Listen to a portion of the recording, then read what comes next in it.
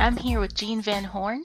Gean is an entrepreneur, has worked in the IT, insurance, and sales industries for over 30 years. He became bilingual when he started doing ministry work with the Latino community in Washington, D.C. in the early 80s. He's an old school clever hybrid and my mentor. He also happens to be my dad. Papi, thank you for being here with us today. My pleasure.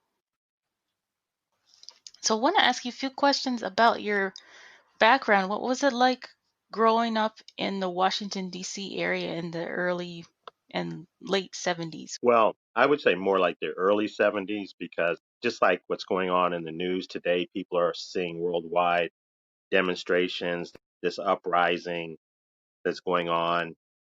Growing up in the 70s was during the aftermath of that. In the late 60s, 1968, there were a lot of rioting nationwide going on after Martin Luther King was killed, and it caused the destruction of a lot of urban areas. A lot of the white Caucasian people that lived in those urban areas, which were kind of chic at the time, they fled to the suburbs in many communities, and suburbs got a big influx of people. Probably 3 years after that, my family moved to the suburbs. I was growing up in integration trial version 1.0. I saw you made an article about that on LinkedIn. It was very interesting. It can feel weird when you're the first ones doing something like that. It's hard to say, oh, we're the first ones, but I know how suburban communities are rubber stamped. You have blocks of houses.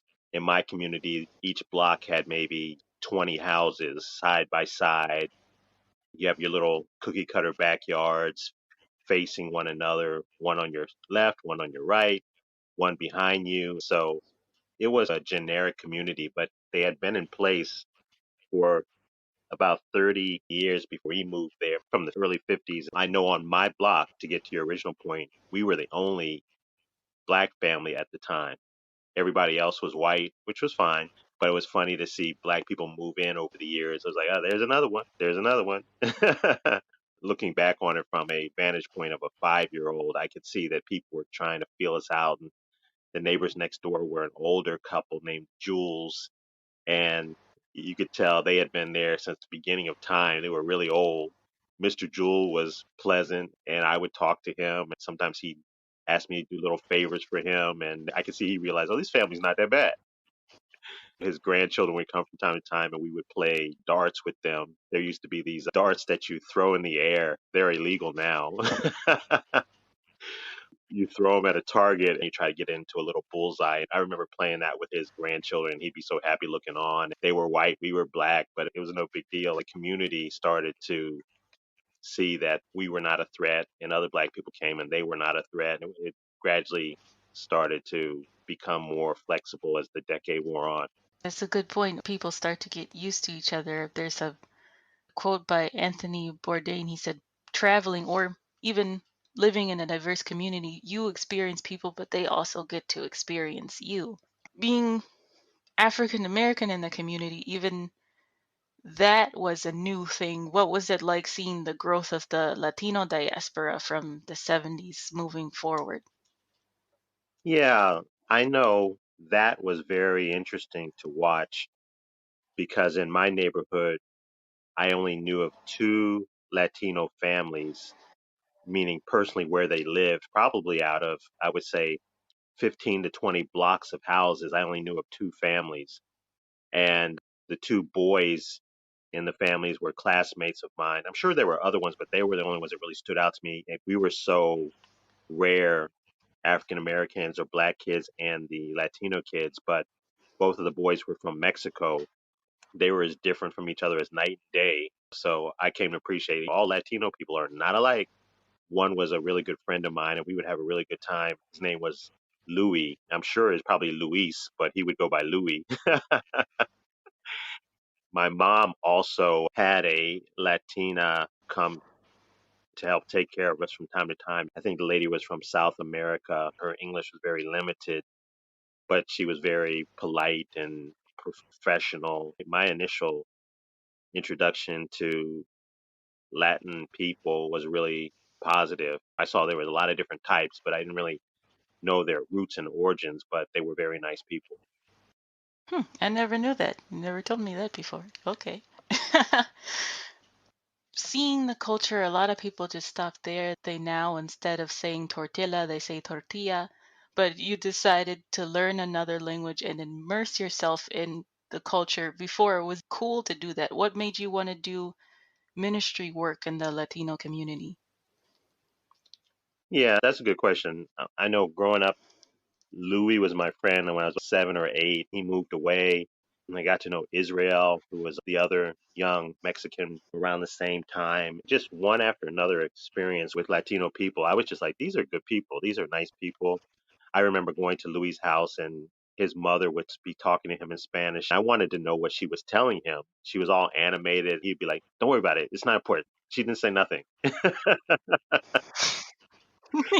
And she would talk to him in Spanish and he would talk back in English. I don't know what she was saying to him because I didn't speak Spanish at the time, so it doesn't even ring a bell in my brain what she was saying. As I got older, I would see that interaction when I started to learn Spanish where the kids didn't want to speak. I had a very positive experience with the community when I started to do ministry work when I was 18 or 19. I wanted to assist in the Latino community because we had a need for volunteer workers in the Latino community in the Washington, D.C. area amongst Jehovah's Witness ministers. But I was not able to speak Spanish at the time. So it took me about 6 years before I really had the time to invest in learning the language. I went on a trip to Argentina, which was a short trip of Jehovah's Witnesses for an international convention that we had. I was immersed in the community and I was starting to get a hang of certain things. So that's when I began my immersion classes. When I came back, I said it's just a matter of effort. Shortly after that, I moved to the Latino community. My process began in the mid 80s, but then by 1991, I made the move and been doing it ever since. It's great. I remember hearing stories about that convention. You even helped me do the same thing by going to Frankfurt, Germany, and getting immersed in the Eritrean culture. I ended up marrying an Eritrean. That's Yeah. funny. Ah, see. Having worked in so many different spheres in the volunteer sphere in different industries, which do you feel is more successful long term, working alone or with a team? It depends on the person, of course. That's a personality specific question. Some people are solo entrepreneurs. They do their best work alone. I'm a introverted type person and I could tend towards solo, but I like to do teamwork. If you have a good tight team of individuals who know each other's strengths and weaknesses, you always have support and you can always give support. It keeps the ball rolling much more smoothly uphill than if it's just you. So it's collaborative, is what I do. Some things I do on my own, some things I need collaboration with. Sometimes I give collaboration support. So there's that African proverb many people have read: if you want to go fast, you can go by yourself. But if you want to go far, you go with somebody else. So teams go farther, I think, than individuals. Yeah, I think so too. You even mentioned in one of your articles on LinkedIn, you're a big advocate of diversity. You're talking about the diversity in Star Trek, the original series. So I'll go ahead and quote you here because I really liked it. The leadership team, Kirk, Spock, and McCoy, came from totally different backgrounds. Their formal meetings to discuss solutions to a crisis were almost always heated, except for cool, calm Spock, of course. But it was the diversity, the different ways of looking at the situation, and, most importantly, the lack of yes men that always caused a solid plan to emerge. End quote. So, could you explain how this might work in a real life situation? Yeah, I mean, the thing that comes to my mind when I hear you read what I wrote is that I know some people who call themselves a team, but there's really one person who dominates everything and everybody else is just little scared mice. That's not a team. That's really a joke. That domineering person basically makes all the decisions and he has an autocracy, but the rest of the people are not really on board, even though they are nodding their head up and down. Yes. You need to have a mutual respect, admiration for your teammates if you're really going to be a team. Sometimes you need someone to tell you the reality of a situation and not just your rose colored reality or negative reality about something for you to get a reality check. When you have a collaborative type of situation, that's really a team. It works in all different facets of life, family, business, sports. You need to have that right to give your input and have it taken seriously by the rest of the team if the team is going to succeed. Yeah, right now that's even more important than ever. How have you used your team to pivot in this corona pandemic? We're a small team of 3 individuals. One of the individuals is having to handle extra family responsibilities due to the corona situation. So they give their input mainly through video conference, or they handle matters that can be handled administratively for the company. My situation is more hands on. I've had to do more of the work that involves going out and about. So I've had to take a lot of the measures for health protection. It's been allowing the team to continue to function. Another team member that we have is very entrepreneurial, very tech savvy, and they're able to get a lot of the work done that depends on IT work and connection through technology. So it's been nice because with the crisis, we were just set back a little bit. We were able to remobilize quite quickly because we had a lot of different skill sets that were able to help us to adapt. When you have a crisis and you're only a autocracy, you close down. It's hard to adapt because you've been doing everything yourself and now you've got to change and do everything else yourself. It can be very difficult to make that transition. Yeah, that's true. I know you always taught me the importance of being a specialist versus a generalist. It took me almost a year to really understand why. Could you explain some of the benefits of focusing on a niche? That is rooted in some of the philosophy of Seth Godin, who is a really great, well known marketer in Americana. He really helps his listeners to understand that it's better to be great at a few things instead of very good at a whole bunch of things. In today's market, there's so many people who can do a little bit of things, but you can stand out well if you are excellent in a few things. And that's where you can get customers.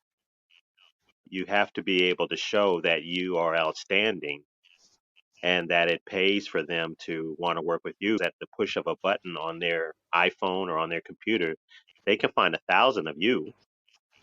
So it pays to be in the top 1% for their consideration. Even if you are a specialist, it's still important not to panic in a time like this and to remember that we're in a relationships business, no matter what type of business we're in. So, could you explain more of what that means? I can just imagine in my brain right now somebody who has a business of some type. It's a smaller business. Maybe they work with one or two people, and you have a huge recession like we're entering, or you have a unexpected situation, hurricane, earthquake, pandemic. There is always the tendency to just switch your business model 180 degrees out of fear. But if they're really good at something, it pays for them to sit down and look at, okay, how do we deliver our product to our customers? Or how do we slightly adjust this product or revolutionize it to reinvent ourselves in this situation instead of just freaking out? If you're a specialist, what's stopping you from innovating? You innovated to get to where you are, and now you're having a need to innovate being forced upon you. That's what I hope that individuals would think about. There's ways to pull the brain trust of that team and brainstorm solutions. Yeah, that's true. I've probably never would have started this podcast under normal circumstances, but it's nothing stopping you, so why not? That's right. That's right. What's the worst that could happen? That's true. I noticed too, you did a post about Muhammad Ali, and then there was a post a few weeks back about the tax on minorities. We've seen a lot of tension in the past few months with reports of minorities not receiving the proper COVID-19 care. And now with the police brutality protests, you mentioned that brown people need to pay attention, but white people need to not blow it off. It's a real thing that actually occurs that maybe they weren't aware of before, but they need to take it seriously.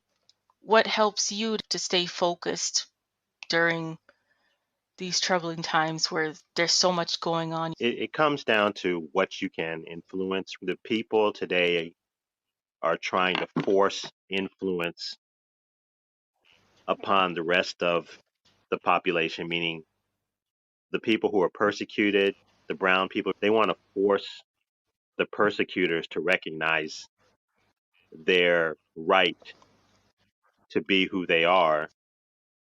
It's a tough proposition because you can't force someone's heart to change towards you if they don't want to, but you can institute change upon yourself. I always come back to the point that I have to be realistic, and that the black tax that I made the post about is something that the previous generation taught me.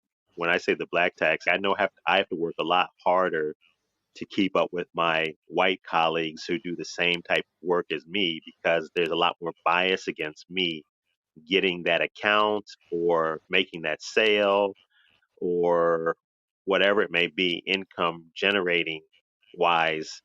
But it's just a realistic thing. I can influence what I can do. For anyone who sees me in my work clothes, I overdress for work on purpose because I try to overcome any stereotype that my listener may have against minorities so that I can take that off the table.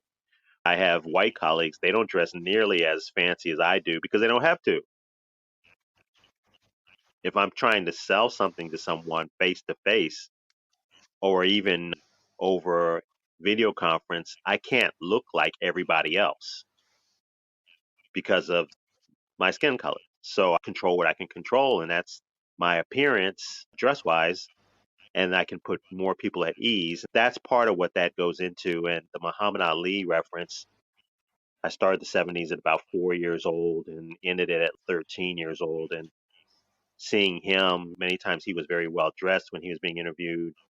He tried to speak well, energetically, and he highlighted that black people were as good as anybody else. I always liked that philosophy, not better. He would never say better. He said just as good. That's a mindset that all minorities need to have. You are just as good. But by the same token, you may need to up your game a bit in various aspects to be viewed as just as good. It's not just because you want to be just as good in your mind. So Muhammad Ali was a mentor to you. Why is it so important for everyone to have a mentor or a role model, even as an adult? It's as simple as if someone's walking in the woods and they come out of the woods, you're about to go into the same woods. It would behoove you to ask them, how did it go? What did you experience? The woods are tough. You don't know what you might encounter. And if they successfully explored it, you should ask or listen carefully if they want to volunteer information. It's as simple as that. If you don't want to hear, then you're just going to fall into the same problems that they fell into, repeat the same issues instead of being able to take it one step further than they did by knowing in advance. That's what a mentor is for. It helps you avoid the same mistakes. I found that sometimes I don't even avoid the same mistakes. I run into the same mistakes, but I expect them. They're not as shockingly surprising to me as it may have been to them because they told me this may happen. Then it does happen. And you're just like, okay, this is what they told me. I should have expected this, or I didn't do what they told me to do. So now I'm dealing with this. less shocking and surprising if you have a mentor. So now you're in the middle of two generations. You've been a mentor and you have a mentor. What do you feel of the benefits of both of those? Well, as I said, having a mentor is having almost like a map to the future that you can follow, not being blind as you're going forward. Being a mentor is the privilege of sharing your map with someone so that they're not blind as they go forward. So it's a chain link.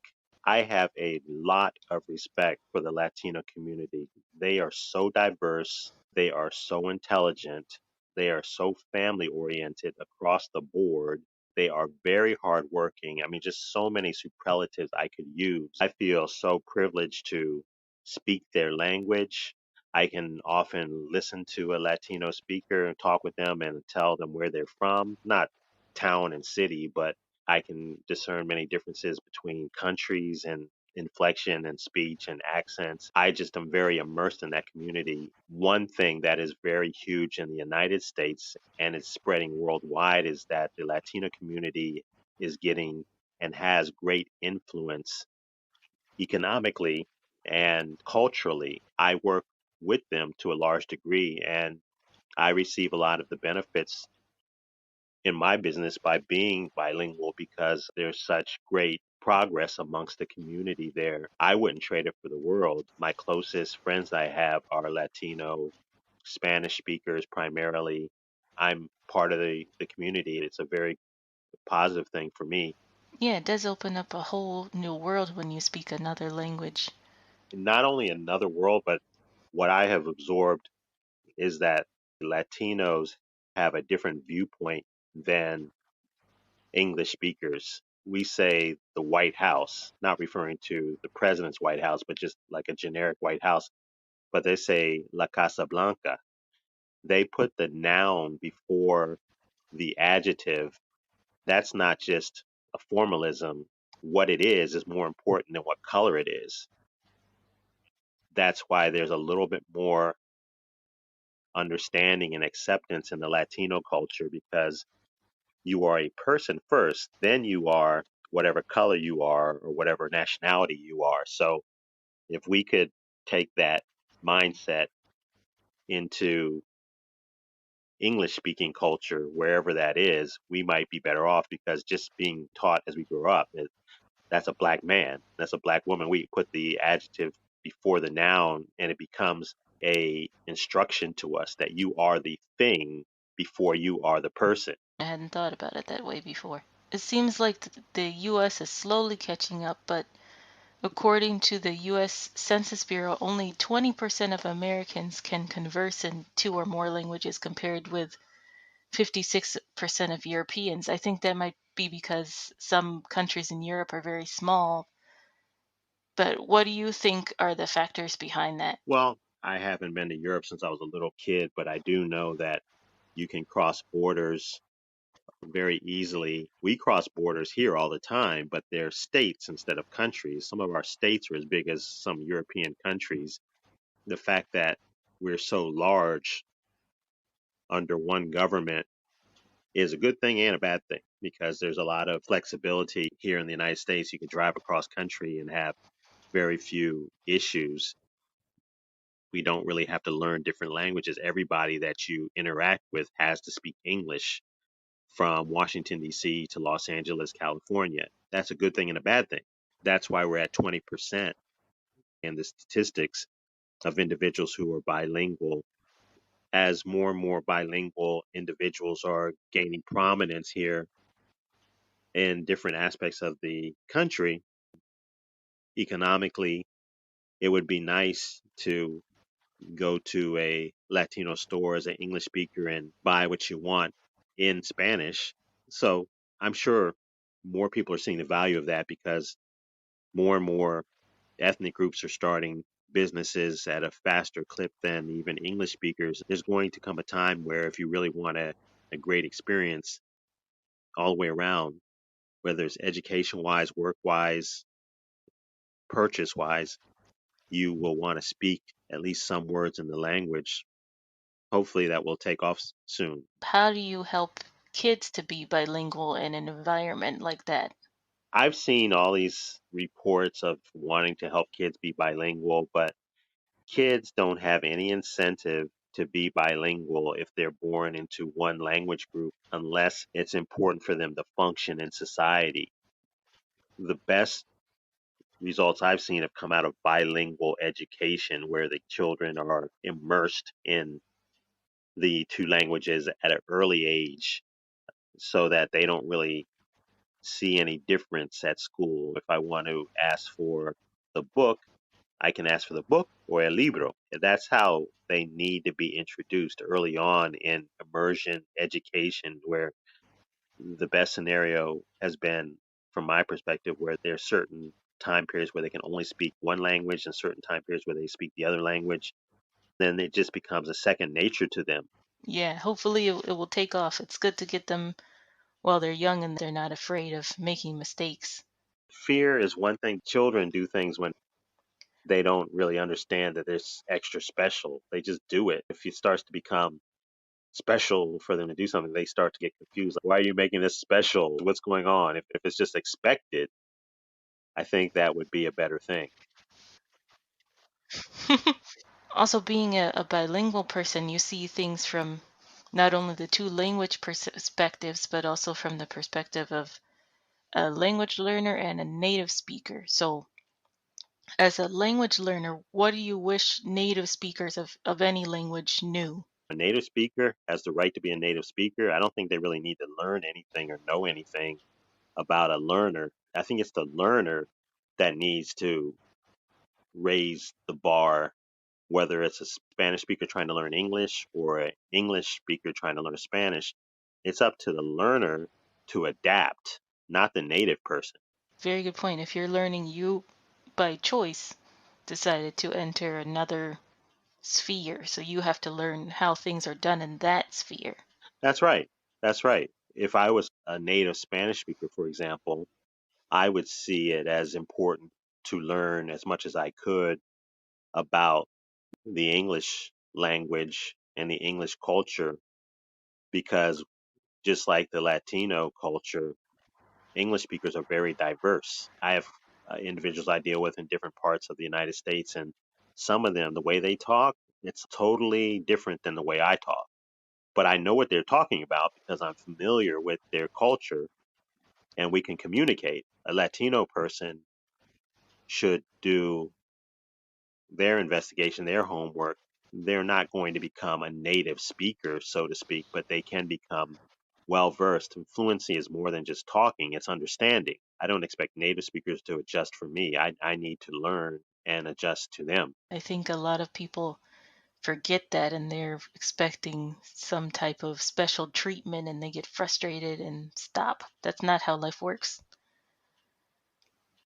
It's a privilege to learn a different language and to learn about a different culture. So learn it and do your best. You're going to have a lot of trial and error, but eventually you learn and you make progress step by step. It's great. Best thing I've ever done is learn Spanish. Like the best endeavor. Yeah, it's helped my life a lot. This helps me from watching you doing it. So, if you were to give a main takeaway for someone who's just getting started, maybe they're trying to learn Spanish or they're trying to learn English, what would you tell them? While a lot of my peers were using their money to get fancy clothes, they were using their money to buy fancy cars. I remember when I was in my early 20s, I put a lot of money towards language classes. I did that because I had spent many years doing free language classes, which were through public school. I even did one on a university level that wasn't free, but I found that that type of environment where I was in a group environment trying to repeat after the teacher and doing solitary homework, it did not work at all for my brain. I was never able to be conversant in Spanish. I just knew enough to be funny, pretty much. I couldn't carry on a conversation. until I was 22 years old. So I said, if I keep doing the same old thing, I'm going to keep having the same results because I've been trying to do this since I've been 7 years old.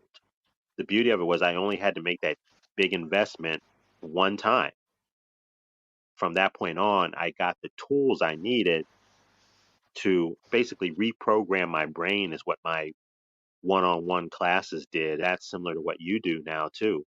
Helping people have that one-on-one feedback is the best thing ever. The fire will not keep burning until it reaches a certain temperature. The key is to keep yourself invested in learning until you can get to a certain level.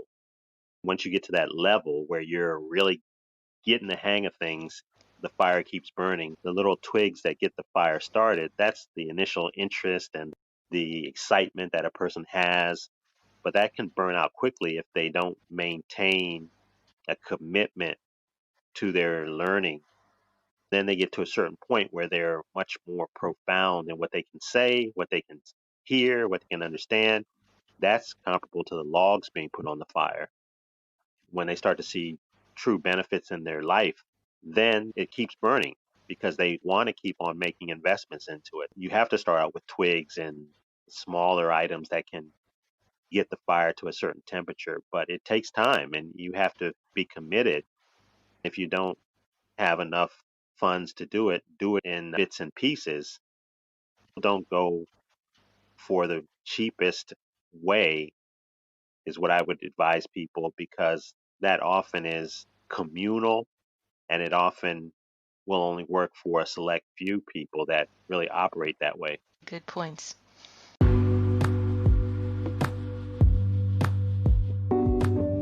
So if someone wanted to contact you after today, how could they follow your content? You've been writing a lot of good articles lately. You're on LinkedIn. Where else can they find you? I don't know why somebody would want to follow me.